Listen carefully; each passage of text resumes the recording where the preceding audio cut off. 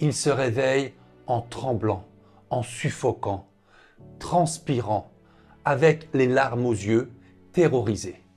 Cette scène marque 44 ans, la vie depuis 4 ans, chaque nuit sans aucune exception. Marc, sapeur-pompier depuis 20 ans, a été traumatisé par un événement dans le cadre de son travail. Voici l'histoire de Marc.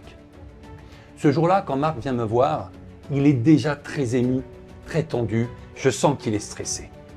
Il vient me voir car, me dit-il, il ne peut plus dormir depuis 4 ans, depuis une intervention en tant que pompier avec les collègues.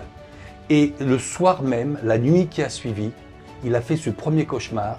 Et toutes les nuits depuis 4 ans, c'est le même cauchemar, les mêmes terreurs, systématiquement. Rien ne s'est arrêté, malgré le fait qu'il ait consulté des psychologues, essayé différentes choses, ça n'a pas arrêté le problème. Je lui demande s'il peut me dire de quoi ça vient. Il me dit que ce jour-là, ils sont appelés en intervention comme à l'accoutumée. Ils arrivent en urgence avec les collègues qui préparent le matériel, etc. On part au plus vite possible et on se rend sur le lieu d'un accident de voiture, accident de la route. Lorsque Marc arrive avec ses coéquipiers et coéquipières sur le lieu, il y a une voiture qui a apparemment loupé un virage qui était assez serré, peut-être à cause de la vitesse, et la voiture est venue, après le virage, s'encastrer dans une tête de pont. Lorsque Marc et ses collègues arrivent sur le lieu très rapidement, la voiture se met en flammes dès leur arrivée. Dans la voiture, il y a un homme au volant, un père de famille et ses 3 enfants derrière. Et la voiture prend feu dans l'habitacle. Il y a, bien sûr, on travaille, on fait le travail correctement, mais c'est bloqué, on n'arrive pas à ouvrir les portières, on essaie de casser, on casse ce qu'on peut, mais malheureusement, ça s'est embrasé très vite et on n'a pas pu intervenir suffisamment tôt pour sauver ces personnes. Marc et ses collègues ont respecté les procédures, ont travaillé efficacement. Malheureusement, dans ce contexte précis, on n'a pas pu sauver ces gens. Marc a été confronté à ça bien d'autres fois, tu peux l'imaginer, 20 ans de carrière de pompier. Bien sûr, il y a eu des moments où des hommes sont morts, des femmes sont mortes, des enfants aussi, qu'on n'a pas pu sauver. Ça a laissé des émotions, ça a été des traumatismes. Ce jour-là, c'était, entre guillemets, le quotidien d'un pompier qui fait correctement son travail, mais qui malheureusement, parce que c'est comme ça, dans ce cas précis, on n'a pas pu sauver. Ça a été un choc pour ces gens qui sont intervenus ce jour-là. Mais le problème n'est pas là. Lorsqu'ils sont rentrés à la caserne, et lorsqu'on a un peu évoqué les choses, on s'est aperçu, Marc s'est aperçu, avec les renseignements de gendarmerie, les connaissances qu'on a pu avoir sur l'accident, en fait, il s'avère que ce père de famille avait 3 enfants à l'arrière de son véhicule, 2 filles et un garçon. Et lorsque Marc prend conscience des informations et a connaissance de ces informations, il est pris d'une certaine émotion parce que lui-même est père de 2 filles et d'un garçon.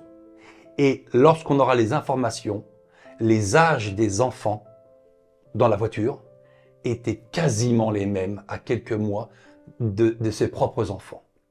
Donc à ce moment-là, écoute bien, l'événement est terminé.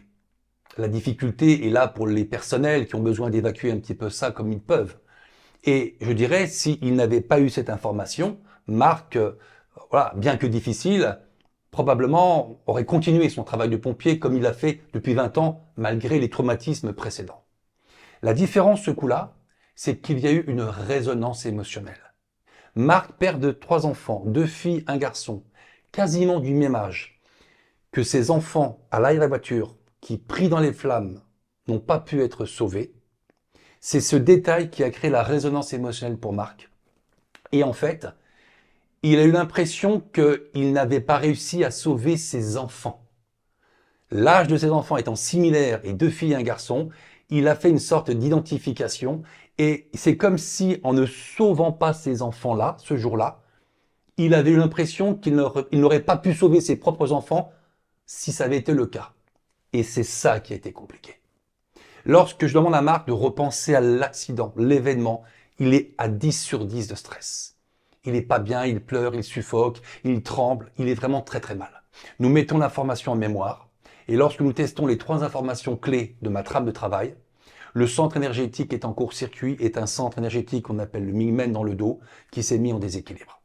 La charge émotionnelle qui est bloquée dans l'événement, c'est le sentiment d'impuissance. C'est la clé du traumatisme de Marc. Le sentiment d'impuissance pour sauver des gens qui auraient pu être mes enfants, et c'est la résonance qui a été vécue. Et la zone du cerveau qui est en stress, c'est le cerveau émotionnel. En fait, il n'a pas accepté de ne pas pouvoir sauver ces gens qui l'ont fait penser à ses propres enfants qui auraient été en feu et donc qui n'auraient pas pu les sauver. Et c'est terminé. Il n'a plus géré cette scène. Mais il ne l'a plus gérée à partir du moment où il a su que c'était 2 filles et un garçon avec le même âge que ses enfants. C'est ça qui a été le point de basculement. D'ailleurs, les collègues ce jour-là, probablement ont été choqués. Bien sûr. Parce qu'on ne peut pas être indifférent à la mort de personnes dans ces conditions-là, évidemment. Aussi professionnel soit-on. Mais là, lui, c'est son vécu personnel, spécifique, qui a fait la différence par rapport à ses collègues. Les collègues, probablement, c'était difficile, et puis ils vont rebondir. Lui, il n'est pas remonté. Et ce soir-là, lorsqu'il est dans son lit cette nuit-là, il revit les enfants qui sont en train de se débattre dans les flammes dans la voiture. Voilà, je passe les images, le descriptif un petit peu choquant, mais c'est ça, ces images qui reviennent ce soir-là, les cris et le sentiment d'impuissance. Et depuis cette nuit-là, ça ne l'a jamais quitté depuis 4 ans. Alors, nous faisons ce que nous faisons d'habitude. Je vais d'abord dissocier la charge émotionnelle. Nous allons faire en sorte que l'émotion qui est restée bloquée dans son corps soit effacée totalement. Ensuite, dans une certaine position, je vais demander à Marc de repenser exactement à la difficulté de la scène comme s'il la vivait maintenant.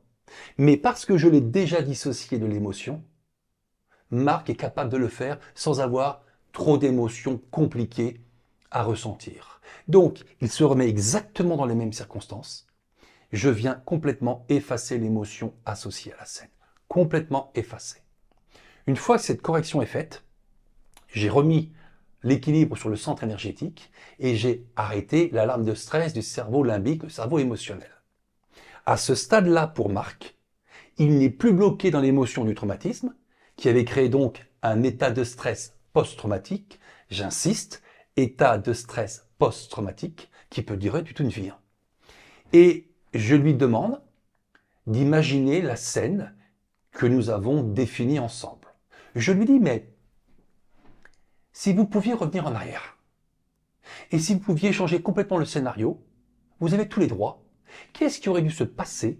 Qu'est-ce qui aurait dû être vécu pour que vous n'ayez pas ces difficultés et ce sentiment d'impuissance à ne pas pouvoir sauver ces gens?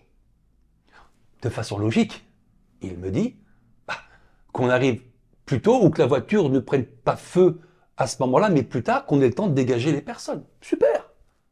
Merci. Fermez les yeux. À ce moment-là, Marc imagine ce que je suis en train de lui dire. Il n'y croit pas, il sait que c'est faux, mais nous faisons appel à la propriété du cerveau que je trouve géniale, et je te le redirai systématiquement. Le cerveau ne sait pas faire la différence entre une expérience vécue réellement et une expérience vécue en imagination, en pensée. Donc, ce n'est pas la sophrologie, ce n'est pas l'hypnose. Je profite de cette propriété et voilà ce que Marc va imaginer. Marc imagine qu'il y a le bip, il est appelé au même moment, il se dirige très vite à la caserne. Avec les collègues, on prépare le matériel, on fait tout ce qui doit être fait, on respecte les procédures et très vite on se rend sur place. On arrive, un véhicule a loupé le virage, très serré, tête de pont. Les pompiers arrivent, il y a un homme à l'avant, 3 enfants à l'arrière, 2 filles et 2 garçons.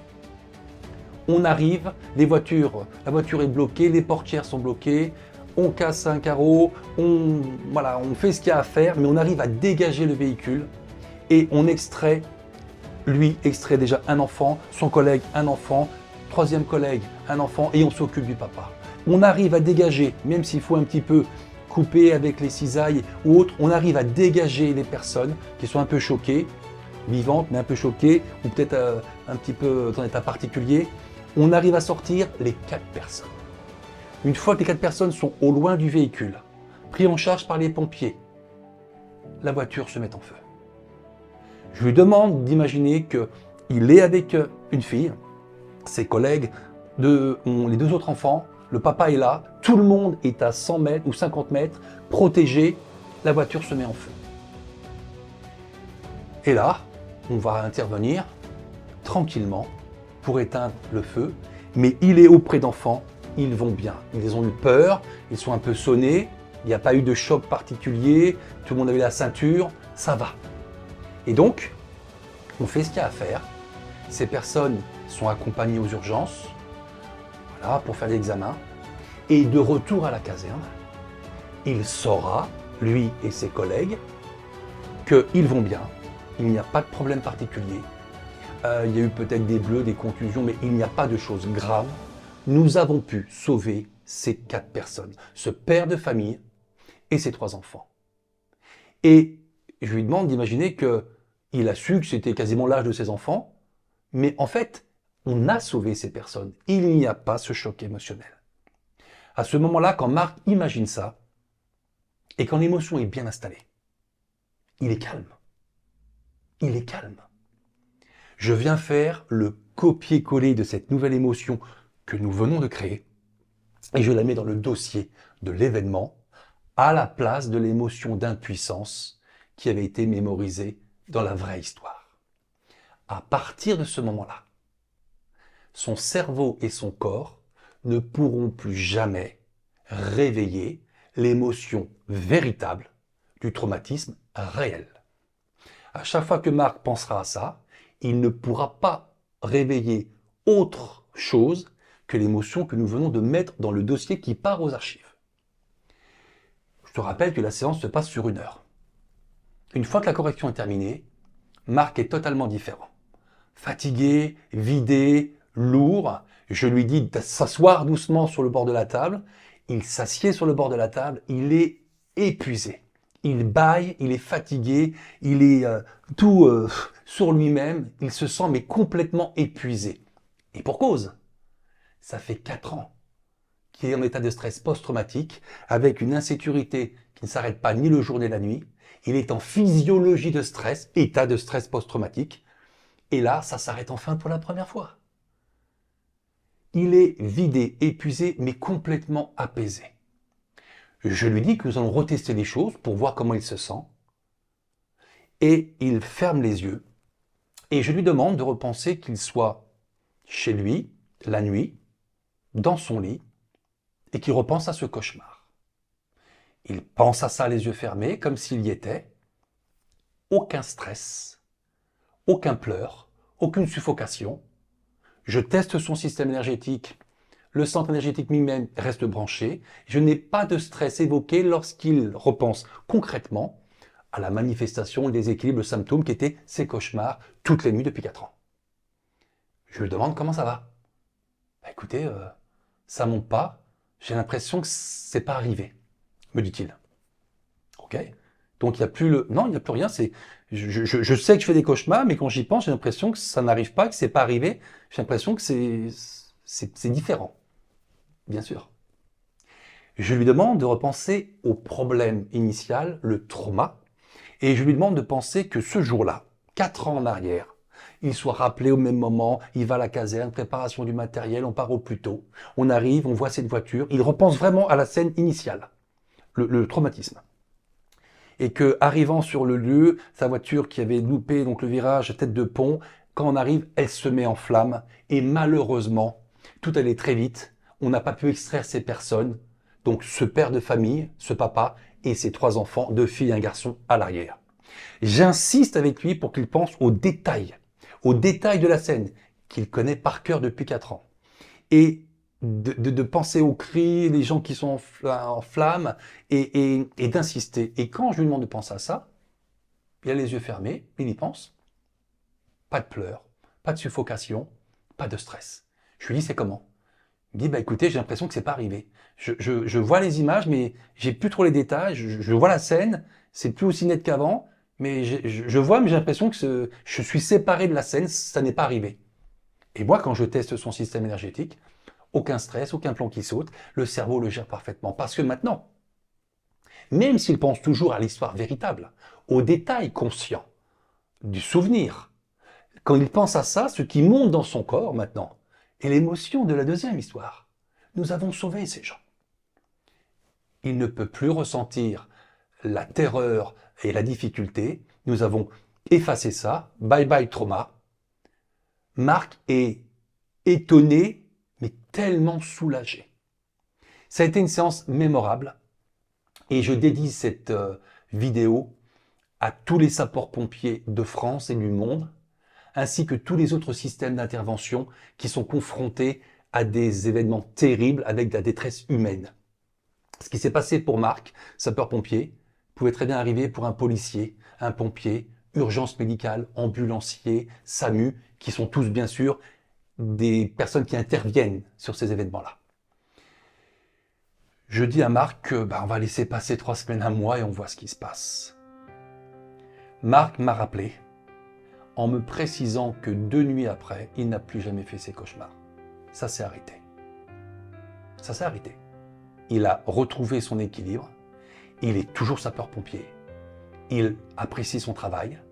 Et il a retrouvé aussi une certaine, pas motivation, mais depuis qu'il était en état de stress post-traumatique, il appréhendait toujours le fait d'aller sur les interventions avec le sentiment de ne pas pouvoir peut-être sauver les gens ou sentiment d'impuissance à pouvoir trouver la solution depuis ce traumatisme qu'il n'a plus eu après cette séance. Voilà. Marc maintenant fait son travail comme il l'a toujours fait, libéré de ses terreurs et de ses cauchemars qui l'ont hanté pendant 4 ans, et les collègues ne l'ont jamais su, ni la hiérarchie. Je te rappelle la devise. La nature a raison. Le corps connaît la solution parce qu'il a tout mémorisé. Il a tout l'historique. Le corps connaît la solution. On peut effacer définitivement la charge émotionnelle d'un traumatisme pour que ce traumatisme devienne un souvenir géré et que nous sortions de ce qui a pu être la conséquence. Je te souhaite de partager ça à ceux qui en ont peut-être besoin, bien sûr les pompiers, mais aussi peut-être d'autres corps de métier, car il y a beaucoup de choses à faire. Je vais aussi proposer bientôt une formation spéciale pour les sapeurs-pompiers et policiers ou autres sur les stress et les traumatismes en intervention. Cette formation s'appelle 7 fois à terre, 8 fois debout, où les personnels qui assisteront à cette formation apprendront à pouvoir elles-mêmes libérer l'émotion d'un traumatisme dans les 3 jours qui ont suivi la difficulté. Imagine que Marc ait pu, le soir en rentrant chez lui, faire un protocole qui va durer 15 minutes et ne plus du tout avoir cette émotion sur l'événement et ne jamais faire ses cauchemars pendant 4 ans. C'est ce que cette formation propose et elle me tient terriblement à cœur car c'est un outil fantastique, efficace, puissant, simple à acquérir pour tous ceux qui doivent rester équilibrés dans leur travail. À bientôt, merci, au revoir.